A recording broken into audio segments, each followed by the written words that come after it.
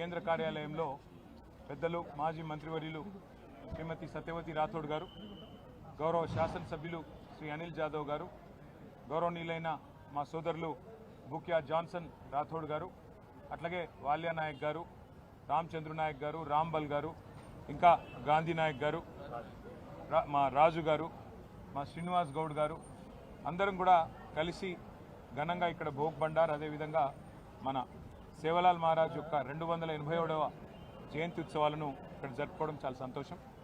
మీ అందరికీ తెలుసు, ఈ రాష్ట్రంలో మా తాండాలో మా రాజ్యం ఉండాలి అనే నినాదానికి, గిరిజనుల ఆత్మగౌరవానికి మరి అల్టిమేట్గా న్యాయం చేసిన నాయకుడు పెద్దలు శ్రీ కేసీఆర్ గారు.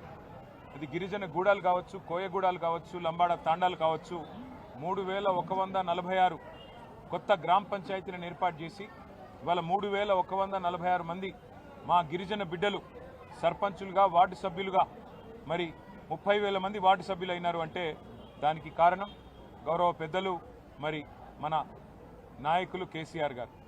అట్లాగే కేవలం తాండాలు మాత్రమే కాదు, ఒకే ఒక్క రోజు 4.5 లక్షల ఎకరాల పోడు పట్టాలిచ్చి గిరిజనులను వారి ఆత్మగౌరవాన్ని నిలబెట్టింది కూడా కేసీఆర్ గారు.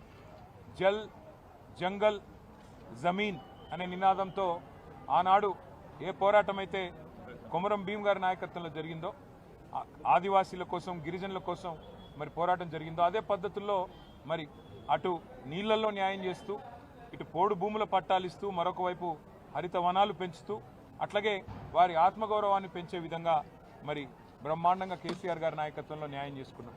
అట్లాగే విద్యా ఉపాధి అవకాశాల్లో మెరుగైన అవకాశాలు గిరిజన బిడ్డలకు రావాలన్న ఉద్దేశంతో ఆశ్రమ పాఠశాలలు పెట్టి మా సత్యవతి రాథోడ్ గారి నాయకత్వంలో ఆనాడు పెద్ద ఎత్తున మా గిరిజన బిడ్డల కోసం మరి వందలాది గురుకుల పాఠశాలలు, జూనియర్ కాలేజీలు, డిగ్రీ కాలేజీలు కూడా పెట్టిన ఘనత బీఆర్ఎస్ ప్రభుత్వాన్ని, పెద్దలు కేసీఆర్ గారు. అట్లాగే కేసీఆర్ గారు మొదటి నుంచి చెప్తా వచ్చింది, తెలంగాణ రాష్ట్రం ఏర్పడితే గిరిజనులకు మరి ఉపాధి అవకాశాల్లో, విద్యలో రిజర్వేషన్లు పెరుగుతాయని ఏదైతే చెప్పారో, చెప్పినట్టుగానే 6% నుంచి 10% రిజర్వేషన్లు పెంచి మరి చదువుకున్న గిరిజన బిడ్డలకి గొప్పగా అవకాశాలు ఇచ్చి వారి రిజర్వేషన్ల శాతం పెంచిన ఘనత కూడా కేసీఆర్ గారికి దక్కుతుంది.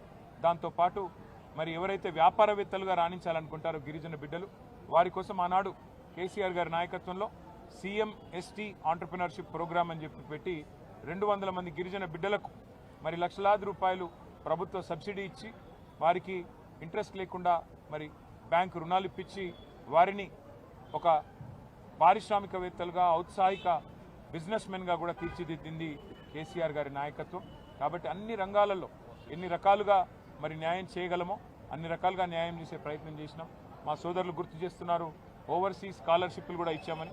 అవి మాత్రమే కాదు, ఇంకా సేవాలాల్ బంజారా భవన్ ఇక్కడే బంజారా హిల్స్ నడిబొడ్డున కట్టిస్తాము అని మాటిచ్చారు కేసీఆర్ గారు, కట్టించారు. ఇవాళ అది ఒక తలమానికంలాగా మరి ప్రతి జిల్లాలో కూడా మరి అదే పద్ధతుల్లో సేవాలాల్ బంజారా భవన్ పేరిట మరి స్థలం మంజూరు చేసినారు, కట్టించే ప్రయత్నం చేసినాము.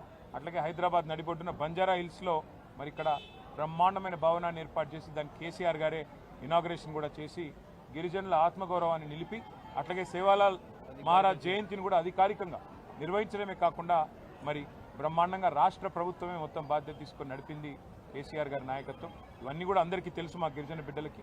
భవిష్యత్తులో మరిన్ని సేవలు కేసీఆర్ గారి నాయకత్వంలో తిరిగి ప్రభుత్వం ఏర్పడిన తర్వాత తాండాలలో ఇంటింటికి నీళ్ళు ఇచ్చిన కార్యక్రమం కానీ, ఇంకా మిగతా కార్యక్రమాలు కానీ ఇంకా ఉధృతంగా చేస్తాము. గిరిజనులకు అండగా నిలబడతాము. బంజారా సోదరులకి, సోదరిమణులకి మళ్ళొకసారి సేవాలాల్ జయంతి మరి సందర్భంగా మీకు అభినందనలు తెలియజేసుకుంటూ, దాంతోపాటు ఇవాళ మహాశివరాత్రి కూడా ఈరోజే ఉన్నది.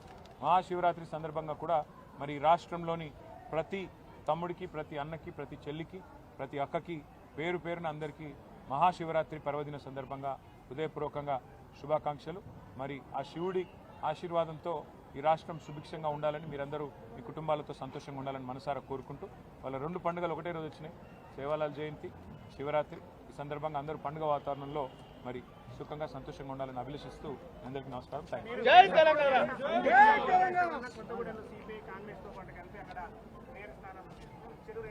ఉండొచ్చు, దానికేముంది, వాళ్ళు ఆల్రెడీ అలయన్స్లో ఉన్నారు కదా. కాకపోతే వాళ్ళు ఆల్రెడీ సిపిఐ అనేది అలయన్స్లో ఉంది, ఇబ్బంది ఏమీ లేదు.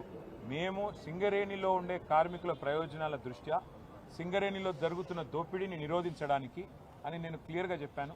అక్కడ బీజేపీ కాంగ్రెస్ ఇద్దరు కూడా ఇవాళ సింగరేణి దోపిడీలో భాగస్వాములై మరి వారు సింగరేణిని దోచుకుంటున్నారని చెప్పినా ఇవాళ ఏఐటీసీ లాంటి సంఘం మరి సిపిఐకి అటాచ్డ్ ఉన్నా మరి వారు ఏ కారణం చేతనో ఈ పొత్తు కొప్పుకున్నట్టున్నారు. మరి వారి మీద ఏం ఒత్తిళ్లు పనిచేసాయో నాకు తెలియదు కానీ బట్ ఒకటి మాత్రం పక్క, ఎవరు కలిసి వచ్చినా కలిసి రాకపోయినా సింగరేణి సంస్థ ప్రయోజనాల కోసం, సింగరేణి కార్మికుల కోసం గతంలో ఎట్లా కొట్లాడామో, గతంలో వారితో ఎట్లా ఉన్నామో భవిష్యత్తులో కూడా అట్లాగే ఉంటుంది. నాకున్న అవగాహన మేరకి వాళ్ళ దాదాపు 34 చోట్ల హంగుంది. సరే, అక్కడ చాలా అరాచకాలు చేస్తూ ఉన్నారు కాంగ్రెస్ వాళ్ళు. మా కార్పొరేటర్లు కౌన్సిలర్లను ఎత్తుకొని పోవడం, ప్రలోభ పెట్టడం, పోలీసులను ఇంటింటికి పంపడం, గుండాలను పంపడం, రకరకాల కార్యక్రమాలు చేస్తున్నారు. మాకు ఇంకోటి ఇప్పుడు ఎక్స్ అఫిషియో ఓటు విషయంలో కూడా స్పష్టత రాలేదు. మరి చూద్దాం, మాకు కూడా ఇంకా వస్తున్న ట్రెండ్స్ అవి చూస్తూ ఉంటే ఇంకా కొన్ని మున్సిపాలిటీలు మా ఖాతాలో పడతాయి. ఇప్పటికే 17 క్లియర్గా ఉన్నాయి, ఇంకా దాదాపు ఒక 10-12 రావచ్చు అనేది మా అంచనా. చూడాలి రేపు ఏమవుతుంది. ఎందుకంటే అధికార పార్టీ అరాచకాలు, అధికార పార్టీ ప్రలోభాలు, అధికార పార్టీ యొక్క ఒత్తిళ్లు ఇవన్నీ తట్టుకొని మరి మా కౌన్సిలర్లు, మా కార్పొరేటర్లు పాపం వీరోచితంగా కొట్లాడుతున్నారు. చూడాలి రేపు ఏమవుతుంది అనేది చూడాలి. Thank you.